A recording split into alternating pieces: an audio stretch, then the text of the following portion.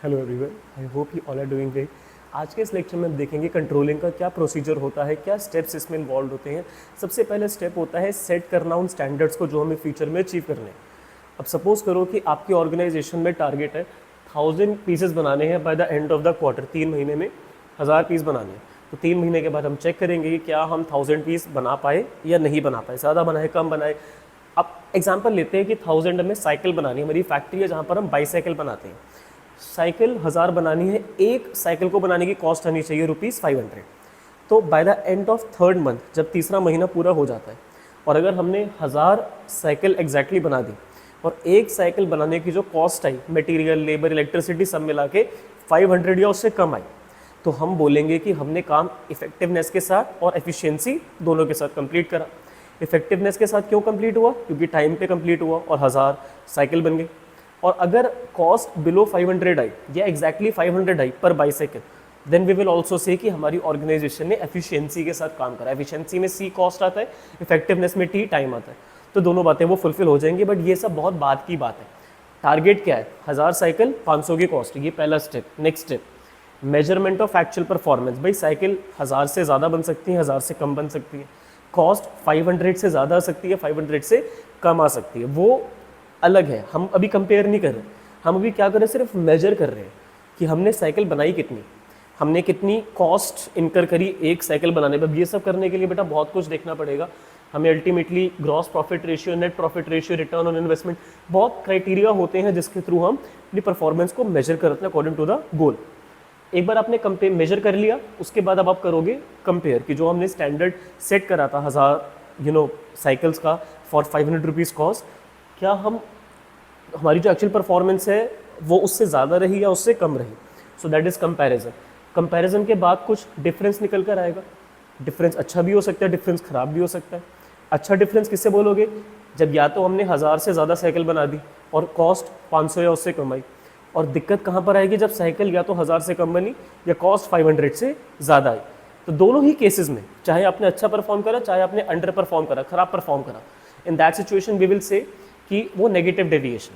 Deviation positive होती है तो उसको रिटेन रखना चाहिए, और अगर डेविएशन नेगेटिव होती है तो we have to figure out what went wrong. दो बातें बोलूँगा, एक क्रिटिकल पॉइंट कंट्रोल और एक management by exception.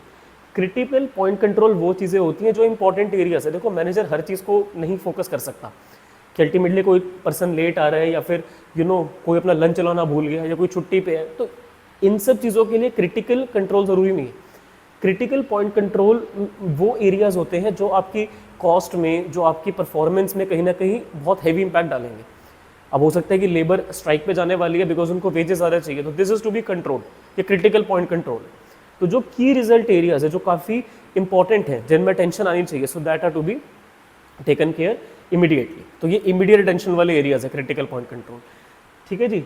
So ultimately ऐसे एरियाज जिससे कि परफॉर्मेंस आपको समझ में आ रही है कि अफेक्ट होने वाली है, सारी एक्टिविटीज़ ऑर्गेनाइजेशन की, उनको जल्दी से जल्दी ठीक करो। देन आता है management by exception. Management by exception में देखो वो चीज़ें आती हैं जो आपकी डेविएशन को क्रॉस कर चुके। अब देखो सिंपल सी बात है, 1000 साइकिल बनेगी, उसमें 1-2 साइकिल खराब निकलेंगी ही निकलेंगी, क्योंकि मशीन से बन रही है। काफ़ी टाइम क्या हो गया, मशीन ज़्यादा हीट हो गई या फिर थोड़ा मटेरियल ऊपर नीचे हो गया, तो एक आधी साइकिल खराब बन जाएगी। 1000 में से अगर 5 साइकिल खराब निकली तो टॉप मैनेजमेंट बोल रही है हमें कोई फर्क नहीं पड़ता, 1000 साइकिल बनाओ, 5 खराब निकल गई, 5 और बना देना, हमें कोई दिक्कत नहीं। बट अगर 5 से ज़्यादा साइकिल का डिफेक्ट है तो हमारी अटेंशन में लेकर आओ, शायद या तो लेबर अपना काम ढंग से नहीं कर रही या मशीन में कुछ गड़बड़ हो रही है। तो this is management by exception, कि अगर कुछ एक्सेप्शनल हो जाए जो डेविएशन के बियॉन्ड है, in that scenario we need to consult the top management what action should be taken. So अगर डेविएशन के बियॉन्ड जा रहे हो तो इसको एक्टिव करना पड़ेगा, मैनेजमेंट बाय एक्सेप्शन। ये हमारी एक्सेप्शनल होगी, डेविएशन के बियॉन्ड चले गए। और ये की रिजल्ट एरियाज जो ऐसे KRAs हैं, की रिजल्ट एरियाज, KRA में अगर कुछ इम्पैक्ट आ रहा है, मान लो कि लेबर स्ट्राइक पे जा रही है, उनको वेजेस बढ़ानी है और अल्टीमेटली ये थोड़ा आपकी कॉस्ट को बढ़ा देगा, एंड एज अ रिजल्ट सबकी सैलरी और बाकी लोगों पे इसका इम्पैक्ट आएगा, प्रोडक्शन पे, परचेज पे, तो it is to be controlled at the earliest.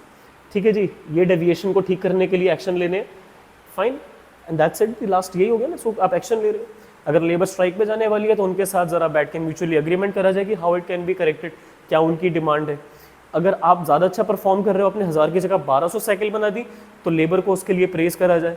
And ultimately अगर आपका ऑर्डर आया था, अब ऐसा थोड़ी कि बना दी तो प्रेज मिलेगा, ऑर्डर आना ज़रूरी है, सब डिमांड इतनी होनी चाहिए तभी सप्लाई करने का फ़ायदा है। तो and if labour is able to manufacture 1200 bicycles within 3 months, they should be praised for that. Incentive दो उनको, तो ये करेक्टिव एक्शन है, ये सही एक्शन ले रहे हो। और उनको सिर्फ आके स्पीच दे देना कि you have done well boys and you should continue with that, this will not motivate them. And अगर वो गलत करे, 800 साइकिल बनाई और एक को बनाने की कॉस्ट आ रही है जी 700, तो क्या करेक्टिव एक्शन होना चाहिए? उनसे जाके बात करो, भाई कहाँ दिक्कत है। तुमने बोला वेजेस बढ़ाओ, हमने वो भी कर दी। तुमने अल्टीमेटली बोला ज़्यादा मटेरियल लगेगा, हमने वो भी दे दिया।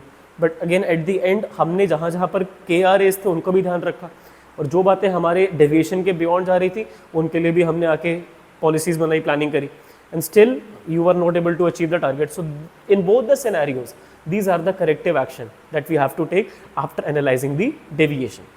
5 स्टेप हो गए। सबसे पहले स्टैंडर्ड सेट करा, फिर जो परफॉर्मेंस है उसको आपने मेजर करा, फिर उसको कंपेयर कर लो जो स्टैंडर्ड सेट करा था, फिर देखो कहाँ डिफरेंसेस है, डेविएशन है, और आखिरी में जो आपको करेक्ट एक्शन लगे वो आप ले लो ताकि फ्यूचर परफॉर्मेंस आपकी इंप्रूव हो। And that's it for the process of controlling. I'll just stop the recording। अगर आप लोगों को कोई डाउट डिफिकल्टी नहीं है तो this chapter is over from my side. इसको एक बार लर्न कर लेना, काफ़ी इसमें इंपॉर्टेंट थिंग्स हैं। काफ़ी बार बच्चों को critical point control management by exception में प्रॉब्लम आती है, तो I have try to explain it in the simplest way possible. फिर भी कोई डाउट डिफिकल्टी है, यहाँ कमेंट सेक्शन में इंस्टेंटल पे पूछ सकते हो। I will reply at the earliest. Thank you for listening to me so patiently. Have a great day ahead.